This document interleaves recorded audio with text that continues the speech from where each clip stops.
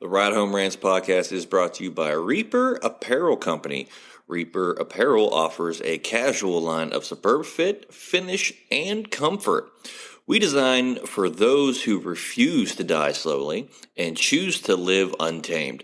For those who aren't afraid to face the dark, for the ones that thrive in it, and for those who can appreciate life through a grim lens. That's Reaper Apparel Company.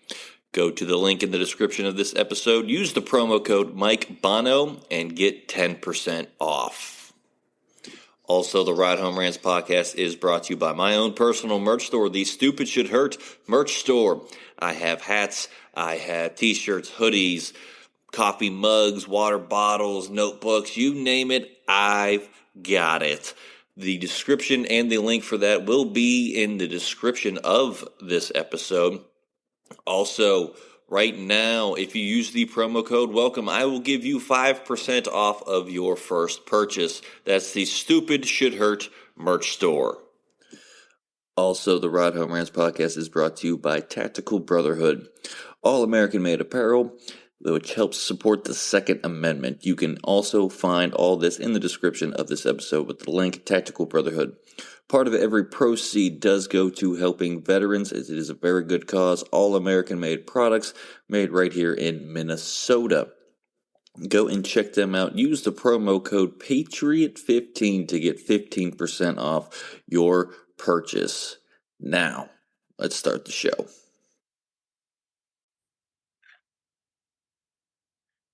Welcome, everybody, to another episode of the Ride Home Rants podcast. This is, as always, your host, Mike Bono. I got another great and special episode with a great panel of guests. We're going to be breaking down the NBA Finals, the Mavericks versus the Celtics. I have a ragtag group of panelists here, as always, on the roundtables. We're going to let them introduce themselves. They're going to tell you the name, where they're from, and the greatest Lakers player of all time. And Tony, since I think you're the youngest one on the panel, we're going to start with you. Hi, guys. My name's Tony Bogan. I am originally from Shaker Heights, Ohio. And the greatest Lakers of all time, you got to go with, and no list is complete without this, Kobe, Shaq, and you got to go with Big Shot Bob, Robert Horry, and also LeBron. We just got to say LeBron. All right. I'm not all right with LeBron being on that list, but that's a topic for a different day. And he's becoming the staple of the roundtables, the vampire coach himself. Yo, this your boy, Mr. Askew, a.k.a. Vampire Coach from that nasty, natty Cincinnati, Ohio. The greatest Laker. I'm going to have to listen. I'm going to have to go with my boy from the Cincinnati, from the Bearcats, Nick Van Exel. I know. I'll go way on the deep end, but Nick Van Exel is the guy. Short ball head, taken to the hole. Come on, man. You gotta go with the shorties. Absolutely. Next on our list, we got Bill Stoy. What's going on, Bill? That's the name. You took it for me. And then from Cleveland, and then greatest Laker of all time. So many here. Hopefully we get to all of them, but got to say Kobe, RIP, the Bean. We'll go with him. A lot of good answers here, though. Yeah, it's been a while since he's been on here too as well, but glad to have him back. Drew. What's going on, guys? Drew McLaughlin here from Youngstown, Ohio. And man, the greatest Laker of all time. You can probably spit off 10 of them and say they're making an argument for them. But I got to say, for me, it's between Shaq, Big Diesel, and you got to go with the logo, Jerry West. Cat's logo for a reason, right? Absolutely, and a West Virginia man, so you can't go wrong with that. And he was also the GM for a while there too, wasn't he? I believe so. Yeah, he did both parts there. Absolutely, and last but not least, the GOAT himself, Mike. Good to see you, Bono. Mike Worrell here. Grew up in Ohio, but I've been situated in Illinois for many years, here in Jacksonville, Illinois.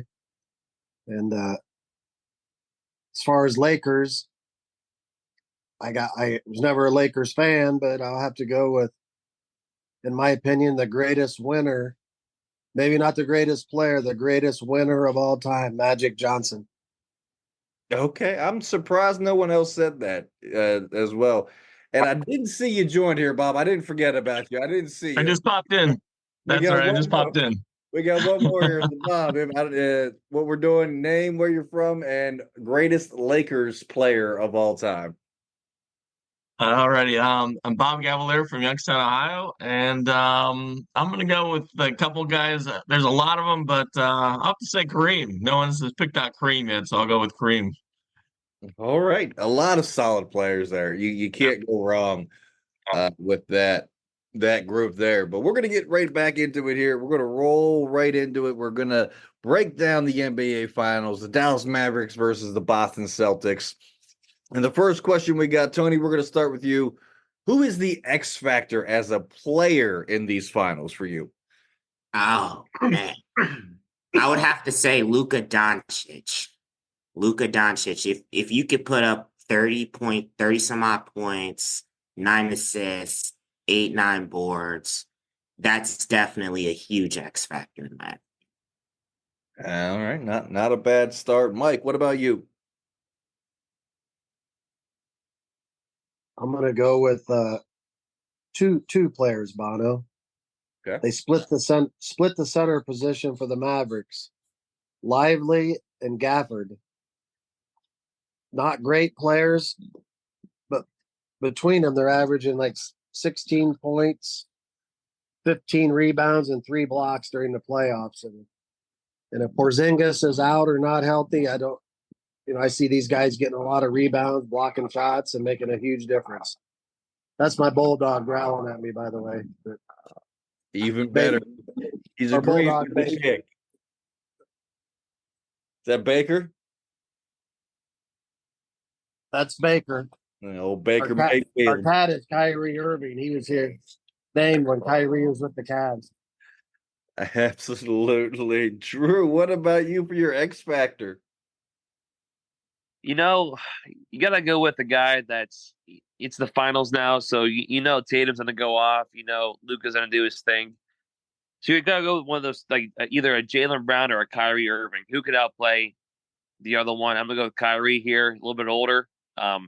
See if he can put up his, Luka's going to get his 35. Could Kyrie get 28-ish, a night? That's what you're going to need from him for them to win. So I'm going to go Kyrie Irving. All right. Bob, what about you? I'm going to go with Porzingis. I think for Boston to win this series, I think he needs to be healthy and play. I think if not, I think it's going to be a long series for them. He adds a little bit of dimension, and then I agree with what Mike said about the rebounding. If he's not out there, then Dallas is going to have a field day rebound underneath. Absolutely. Mister, what about you? I'm gonna have to go with Kyrie Irving. Him being really the X factor. I'm seeing him go up and down like the stock market throughout his career.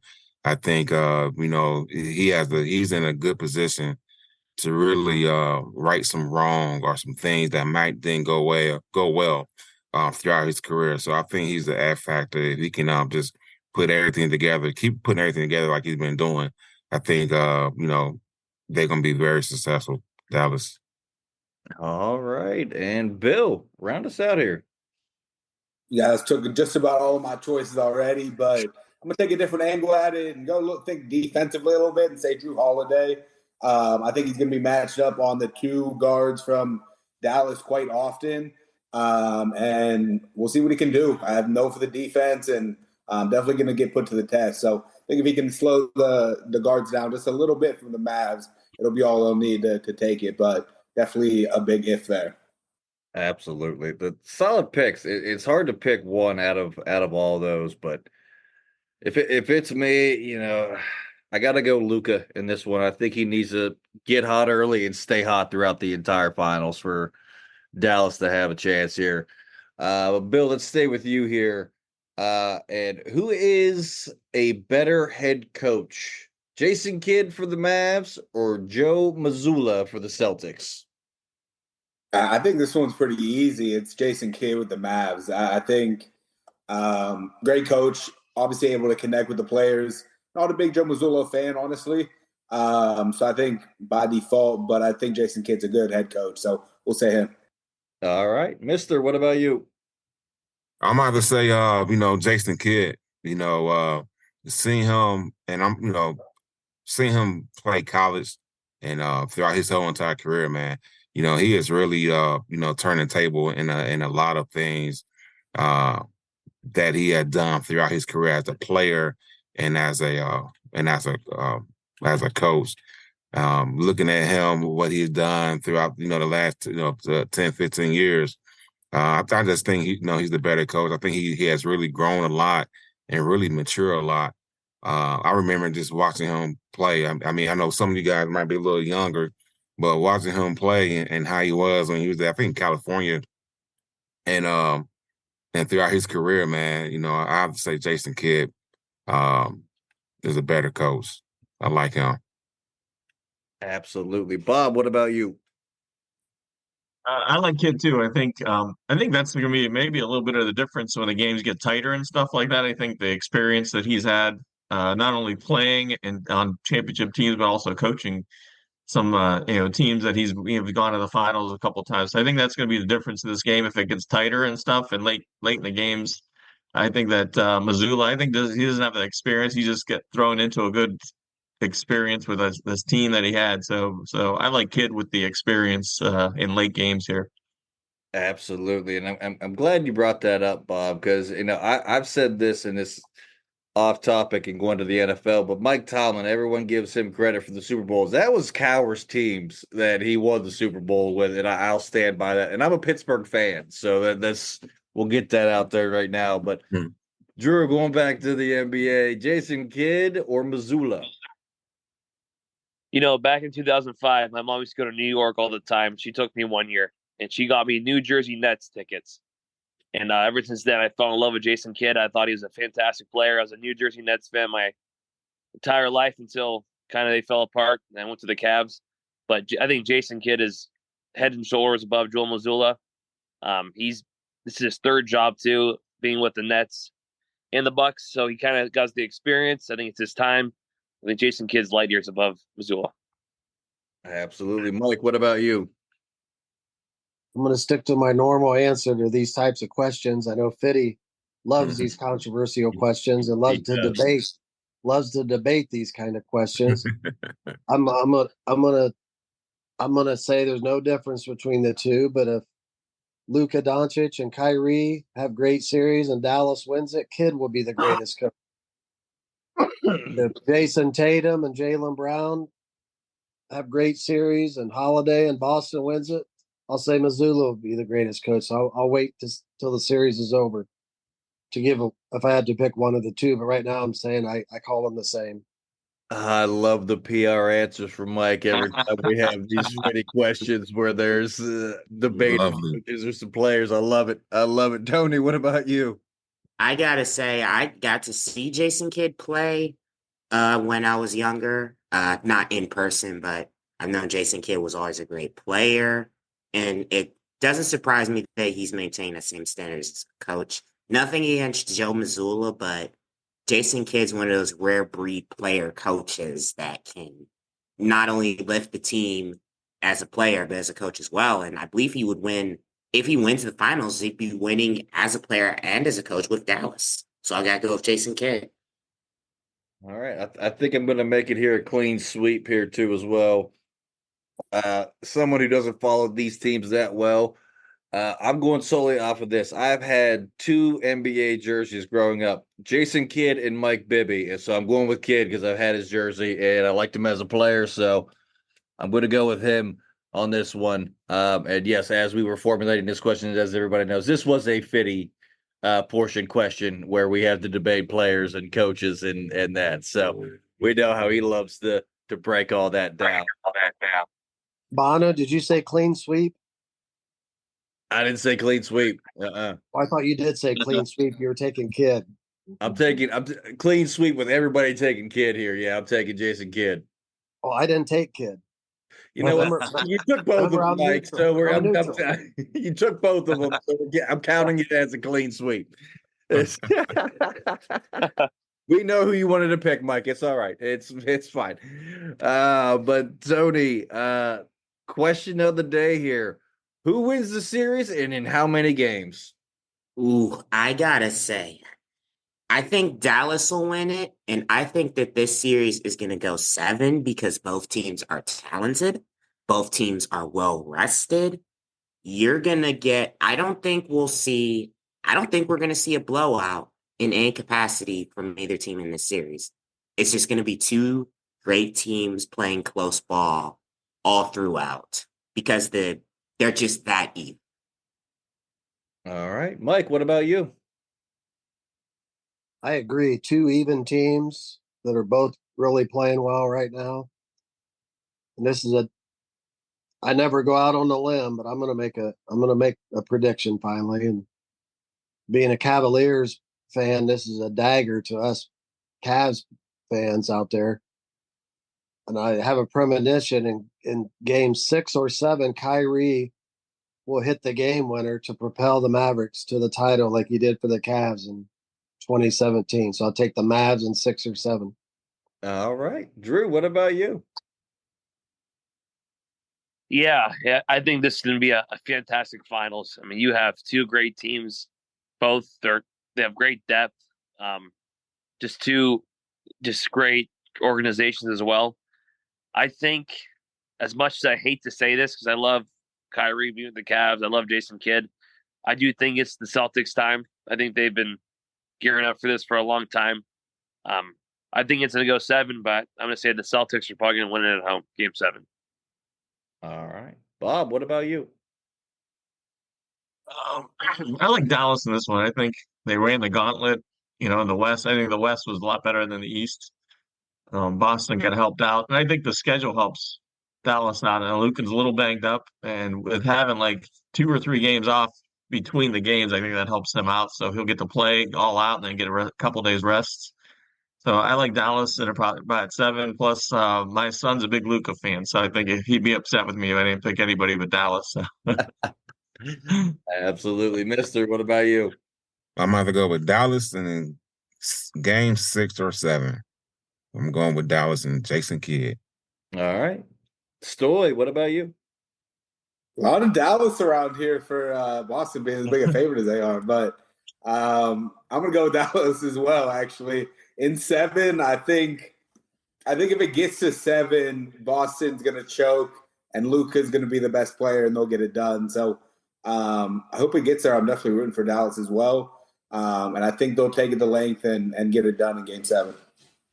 Absolutely, I'm taking the Mavs in 7 too as well. I think these teams are just too evenly matched. I know Boston won the season series when they played each other in the regular season, but it's playoffs, man. It's the finals. Anything can happen. Everyone steps their game up a little bit more.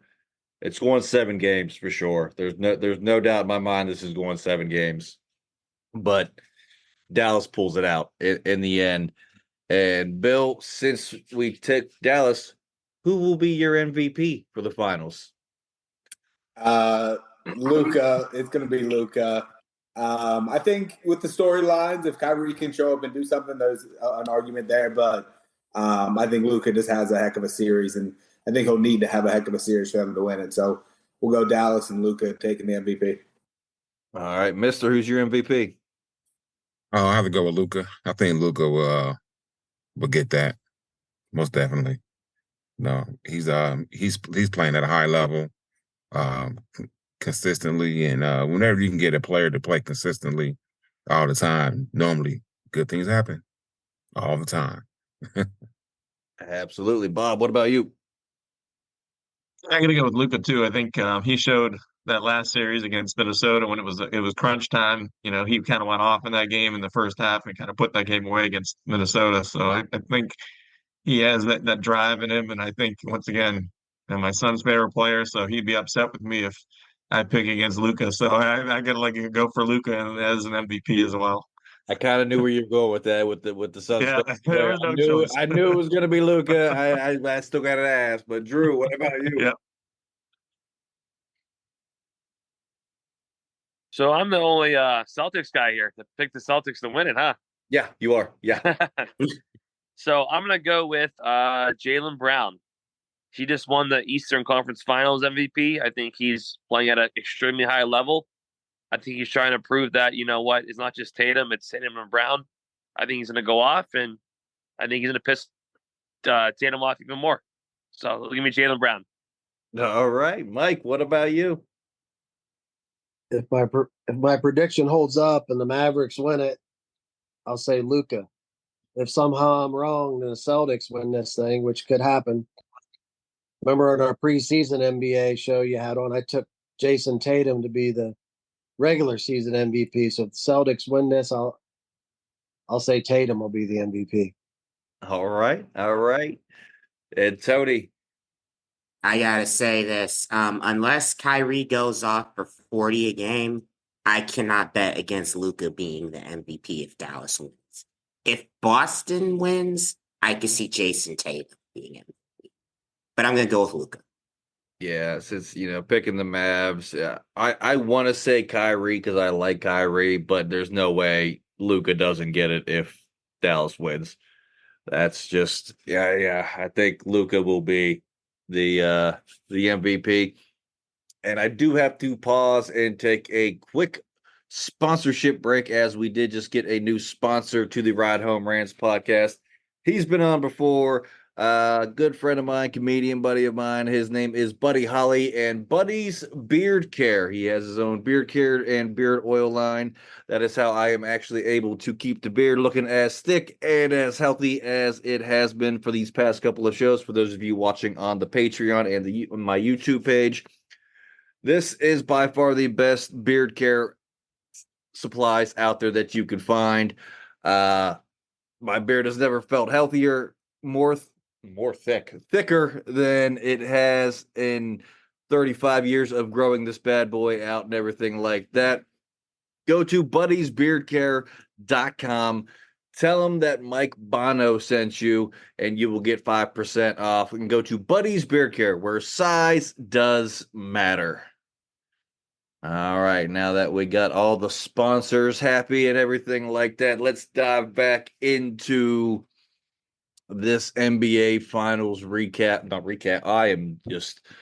It's been a week. I've been sick and fighting a cold for a week. I'm all hopped up on antibiotics and everything like that. So I apologize in advance. I'm sure you guys have heard me hacking through this entire show, but the show must go on. But Tony, let's go back to you here.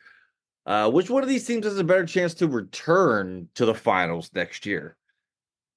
I gotta say Boston, because the East really isn't, outside of them, it's just a shit show outside of it's Boston, and then there's everyone else. Like, and no one thought Indiana would, but they somehow did. Anyone from Indiana to Milwaukee or even Cleveland could get lucky, or even a team like Orlando or New York if they get out of their own way. I think I could say Boston will. Dallas is just, they're in the tough position out west. They'll definitely be the hunted, for sure. Absolutely. Mike, what about you? Who makes it back to the finals next year?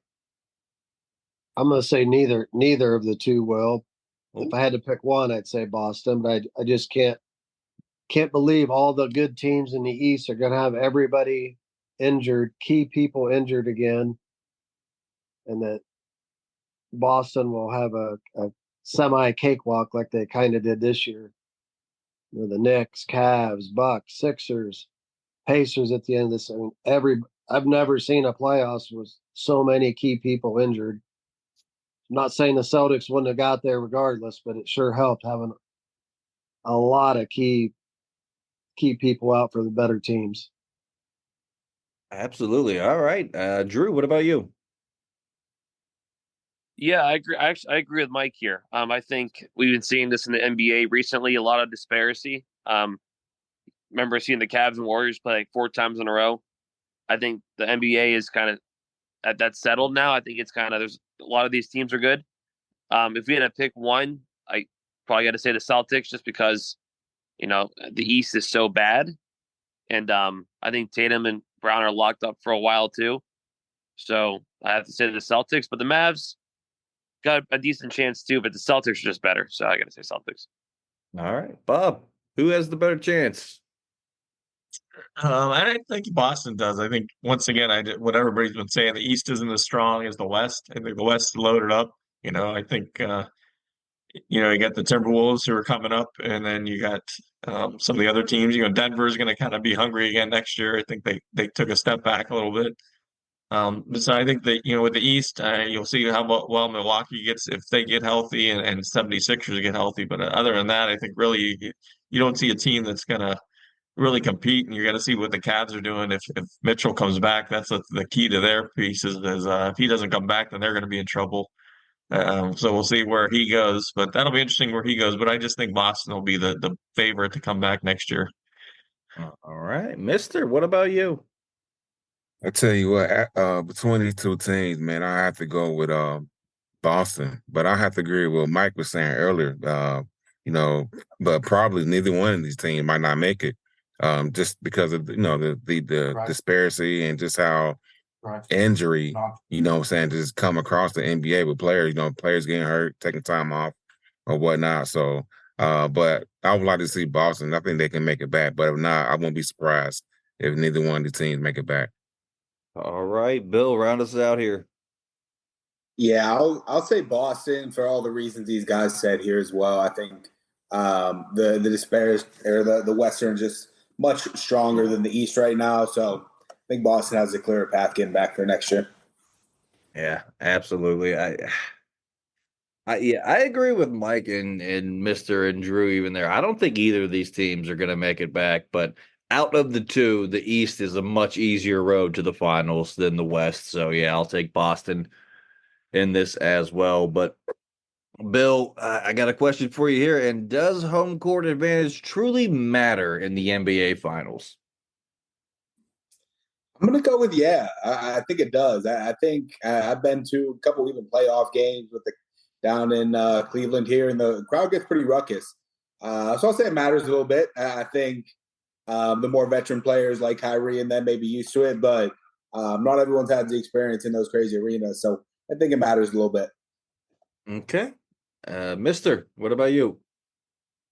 I don't know. Yeah, I don't think so, man. I don't know. I don't think so though, because basketball players, they're a little wired a little different. Because when you get on the court, you just on the court. You on the court and you playing. I mean, it's just the ball and that rim and the man that's in front of you. So I don't think home field really has a big impact, like other sports does. So I'm not saying. All right, Bob, what about you? It does. I think you look at these two teams; they play really well on the road this year. You look at with Dallas closing it out in Minnesota, even though Minnesota's not a big town, but I think the crowd kind of got Luka going. I think they started getting on him early, and it kind of helped him out. So I don't think it's an advantage to either team this year. I think once again, as Mister says, once they get on the court, they start getting focused, and they just want to play some ball. So I think it's not like a football game where you get like really loud and you can't hear things going on. I think a little bit different where you're not calling any plays or anything like that. So I don't think there's any difference in NBA courts. Yeah, I have to agree on that one. And like you said, I think they spur Luka on when they're going against him, and I think it makes him better when he has the entire crowd going against him. So I agree with you on that one. But Drew, what about you? Yeah, I know. I think yes, but primarily no. When the Cavs were in the finals, I just looked to see what the prices were for the finals, and they were like ungodly numbers. So I don't think like an average fan like myself would be going there to drink 10 beers and cheer on the Cavs. You know what I mean? I think you're getting your pretty high ups going to these games that are probably as rowdy as that would be. But you go outside these stadiums, you see all the bars downtown. You see, that's where you get your real fans out there going crazy. But so I'm gonna go no here. I think these guys are highly talented. I don't think the crowd really matters to them. But I will say Kyrie going back to Boston, I think that's gonna be a little bit of a thing in his head because they messed with him so much when he was in Brooklyn. and he flipped them off and he stepped on the court and all that. So I think they have an incentive to go off on him, but I'm going to say no. All right, Mike, what about you? I want to say yes, it's a huge advantage, but I want to say no as well. I think that Minnesota Denver series, maybe 5 or 7 games, the road team won somewhere in that range, and Boston's lost a couple at home. Dallas has lost a couple at home, and they both won some on the road. So I don't really know if there's an advantage or disadvantage going into this. I know Boston, Dallas have played pretty good on the road. Like the Cavs Orlando series, the home team won every game, but this could be one of those where the home team wins majority of them. But I'm going to say that the road team's going to win a couple games in this series. All right, Tony, round us out here. I gotta say yes and no, to be honest, depending on the matchup. Like, for instance, the Warriors, I believe they swept in 2018. They were just all around better team. So it all depends on the matchup. Having home court advantage does help, but if one team is just better than the other, home court advantage won't mean anything because the Lakers won series in 4 and 5 games in 2001, 2002. So I would say, to conclude, yes and no. To conclude, yes and no. All right. Yeah. Old flip-flopping Tony there. Yeah. Yes. That is the classic answer right there. Yeah, I don't foresee it in the NBA, mister. I think you hit the nail on the head. These guys get on the court and they're just there to ball. Like they're just gonna ball out like they always do. So I don't think it does. I don't think it does in the NBA. It's not, and Bob, you made a good point. It's not like the NFL where they're trying to call plays and hear audibles at the line and they got the crowd pumping everything into it. Yeah, I don't think so in the NBA. But Tony, has the NBA become too international compared to years past?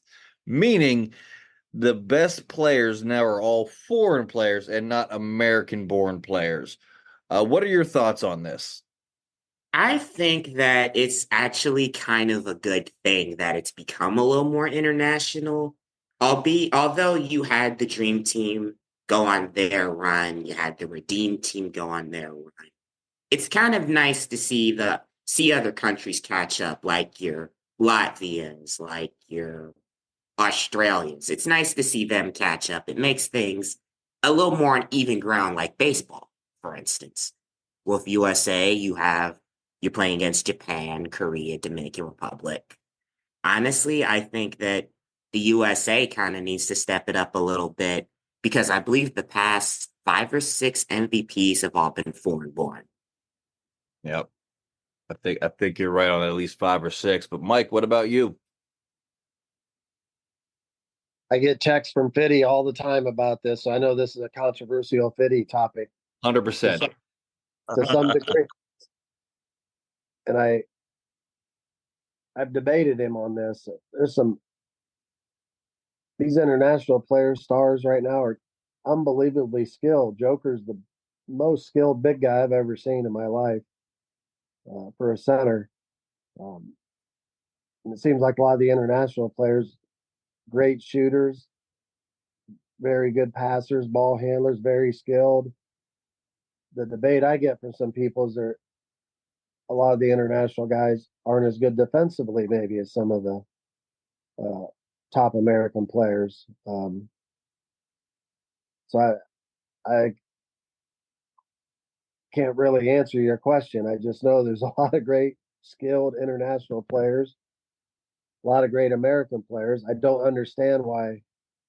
I've always wondered why there's not more skilled, bigger U.S. born players, why they're not as skilled, shooting, ball handling as some of the international players.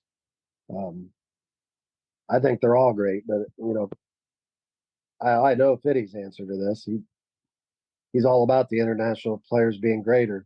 We had debates about this, and maybe he's right, but you still got to play defense, do other things, and to be well-rounded. the big term now is that drives me nuts is a two-way player. Does that mean if a guy's not a two-way player, he plays no defense? Or if he's a defender, he just plays, if he's a great defender, he plays no offense? Like this two-way player stuff drives me nuts. Like I always thought a guy was supposed to try to do both, play some offense and defense. But I'm old and I'm old school, so I'll let the younger guys answer this. I will push back a little bit on that two-way player. Though I agree with you with these professional athletes, you know, excuse me, calling it two-way players. But in my brief stint of playing basketball, and by that I mean in 8th grade, when I was 6'5", already in 8th grade, I was on the team for one of, we'll say 3 reasons. To take the jump ball, because nobody was over 5'6" in West Virginia playing basketball in 8th grade. To get rebounds and to block shots. And I knew my role and I executed it flawlessly. I ended the season with 10 total points, 100 rebounds, and 150 blocks. Like, I didn't let anybody into the paint, and that's the only reason why I was there. And I fouled out of 8 out of 10 games. So there was that too as well. I made it count if I fouled them too. Like, it wasn't these weak fouls either. But I see what you're... Can I not rescind my statement, but I agree with what you're saying. I do want to say that some guys are better offensive players than other guys. Yeah. I know that. Some guys are better defensive players than other guys. I just drives me nuts to he's a two-way player. Like there's not many guys they're saying that play offense and defense very well is what I'm trying to say. No, I agree. I know what you're saying. Yeah, I get what you're saying. I got to push back a little bit on you every now and again, though, Mike. You know how we are here on the ride home rants. We'll give you a hard time when we can. But Drew, what about you? Yeah, you see nowadays, even this year, how Adam Silver did the in-season tournament more towards kind of like a soccer style, what they do over over there. So I think they're kind of leaning towards more of an international maybe crowd, I'd say, maybe to bring more people in. You see they play games in Brazil and Mexico City and all this just to spread the game out even more. So maybe more international players are making their way in the NBA. But I think it's good. I think it's good to see the disparity. It's good to see more competition. It's good to see how different styles play together and how people can work out, like Kyrie and Luka. You know, Luka's an international guy. Kyrie's around here. So how do their games intertwine with each other? It's hard, but they make it work. So it's cool to see both ends. But yeah, I think international's starting to take over a little bit more than we're used to. All right, Bob, what about you? Yeah, I think it is. I think just they get more workout out there. I think you see these college kids going to play 1 year in college and then coming right into the NBA, and maybe if they stay in the NBA college a couple more years, they'd be more experienced and learn some skills. The NIL deals are kind of hurting, I think, a little bit too. But I think you look at these international guys, they play over there. They play actually at a pro level, probably in some of the leagues over there for a couple of years until they get their game set. Where the Americans are just, you're playing 1 year of college against probably not very good competition in some of the leagues that these kids are playing in. They're just jumping right into the pros right away. So I think maybe you get these kids in America here playing in the college a couple more years. It'll help them out a little bit, get their skills down, and maybe we'll be able to keep up with them. Yeah, and I'll kick back a little bit on you. These one and dones, or this transfer portal too, as well. I mean, the transfer portal. I could have a whole show on the damn transfer portal and how I hate the transfer portal and everything like that too, as well. But they're going to college for one reason. And that's to play 1 year of college basketball and go to the NBA draft, and that's it. And I think that they need to do away with the one and dones. You need to spend, like in football, you need at least 3 years playing college ball till you can go to the draft, in my opinion. But yeah, unless they want to get that G League going, they got that G League. All those kids just come into the G League and play for a couple of years in there. Maybe do that. Yeah, even that, I'd be more okay with that probably because I know they're never going to change that one and done rule in basketball and college basketball. So Draft them right out of high school, and then they just go into that G League for a couple of years. And that way, at least you're getting coaches, coaching the system and stuff like that. Yeah, that's good that. point. That's a good point there too as well. They used to be able to come right out of high school into the NBA and just send them right to the G League if they Yep.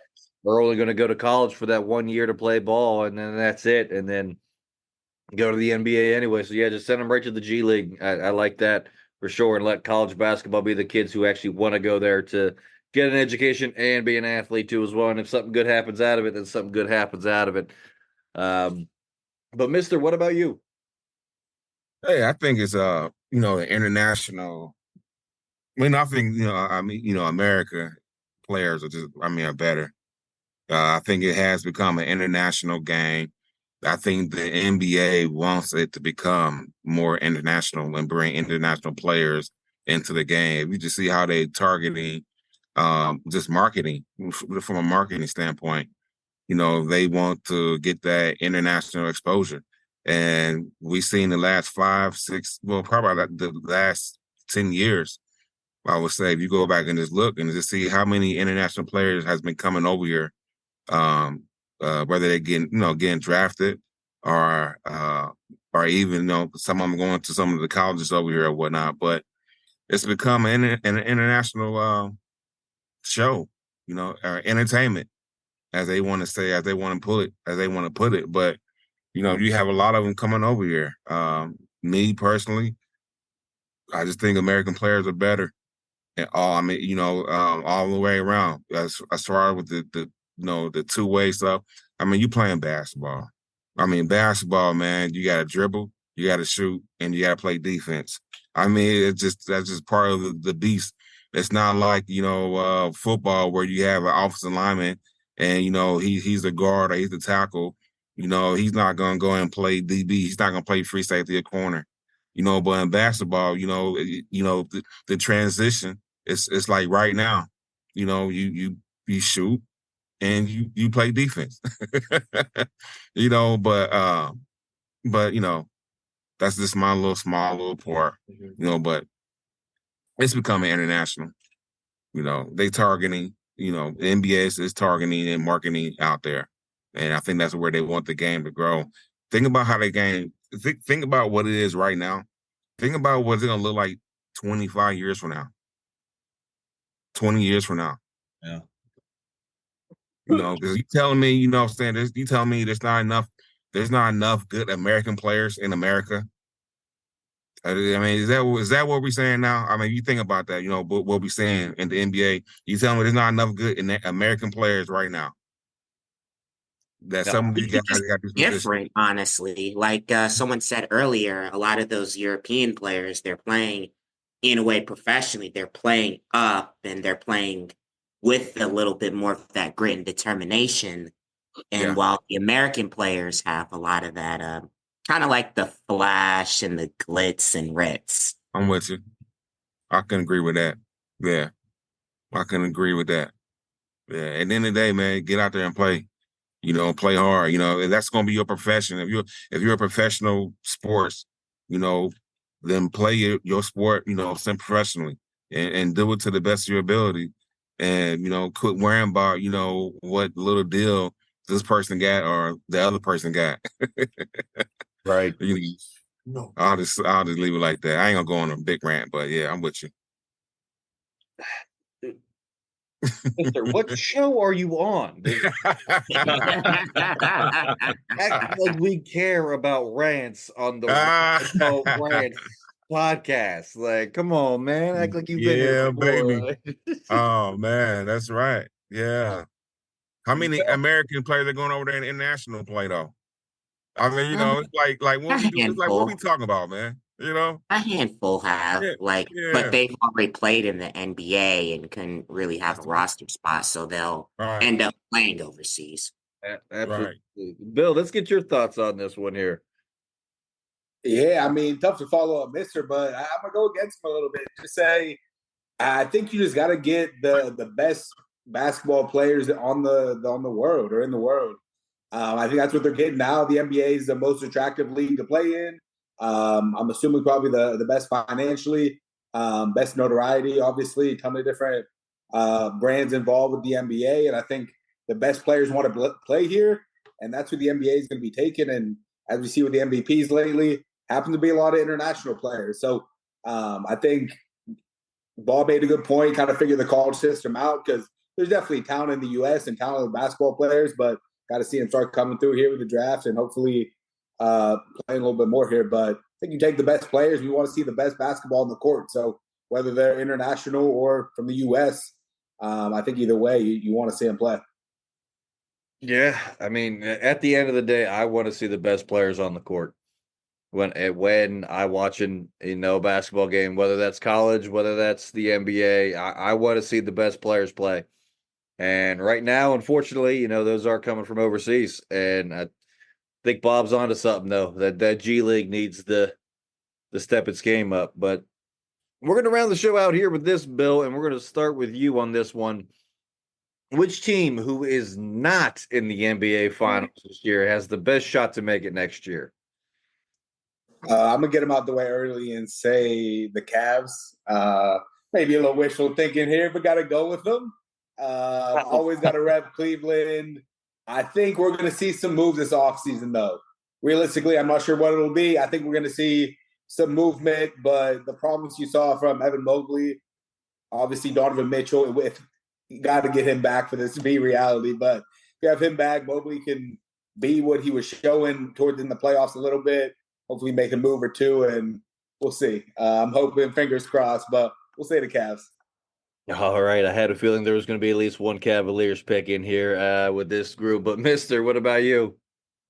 I'm going to give you two of them. I'm going to go with the Cleveland as well. Cleveland, and I'm going to have to go with Minnesota. I think they'll come back hungry, and I think they'll add a few more pieces to that team, and I think they'll be better. So Minnesota and Cleveland. All right. Bob, what about you?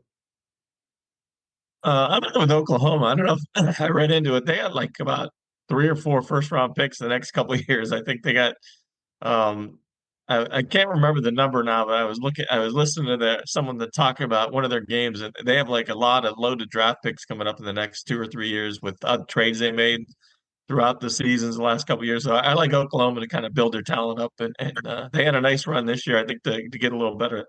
If I'm not mistaken, they were the number one team in the league in the West. I think they were the number one seed. I think they were, if I'm not mistaken. So the regular season doesn't matter too much, but I like for them to get a little better seasoned, and with those draft picks help them out. Absolutely. Drew, what about you? Yeah, I'm going to give you guys a little bit of a nugget here. True story, too. I went to the Bahamas for a wedding on New Year's Eve. I was flying back, and I sat next to Brian Windhorst on my plane. Not even kidding you, which is pretty cool. We started talking. I said, I'm from Cleveland, and he mentioned to me that LeBron's contract's up, and he said that's one of his destinations. So I'm not giving you some breaking news here on Ride Home Rants, but that's straight from Wendy's mouth.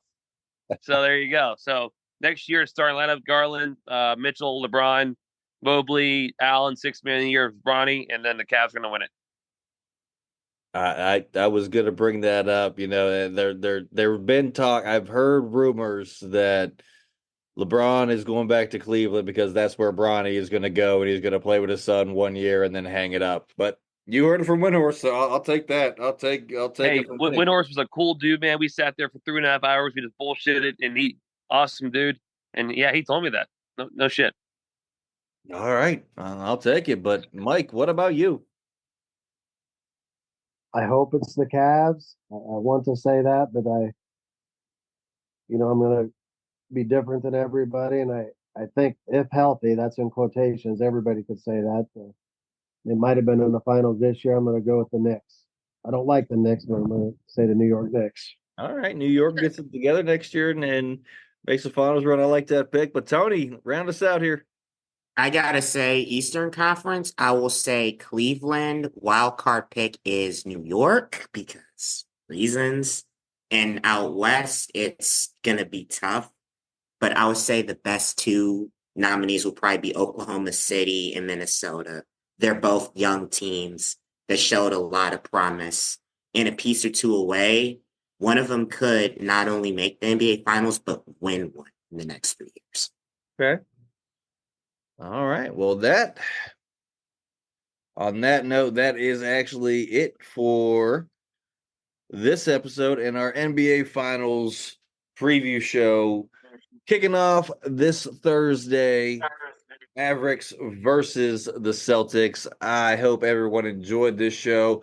I want to thank all of my guests for coming on and breaking down the NBA Finals for us here. I think we got a good one. I think it's going to go 7 games. Even though we, at the end here, a little bit of breaking news from Drew McLaughlin and, Winhurst and everything like that. I hope that comes true so I can say you heard it here first. One of his spots, he said one of his spots. Yeah, I'm hoping that's the case, so we can say you heard it here first, but even not, you still heard it here first on Ride Home Rants. But that is going to do it for this week's episode.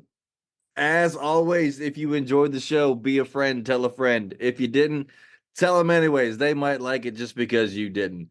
That's going to do it for me, and I will see y'all next week. The Ride Home Rants podcast is brought to you by W Energy. Energy drinks made for gamers, streamers, and podcasters alike. For gamers, streamers, and podcasters alike. Go to the link in the description where you can find the best energy drinks out there. Less caffeine than a cup of coffee. Also, no jitters and no crash afterwards. Use the promo code Mike Bono and get yourself 10% off.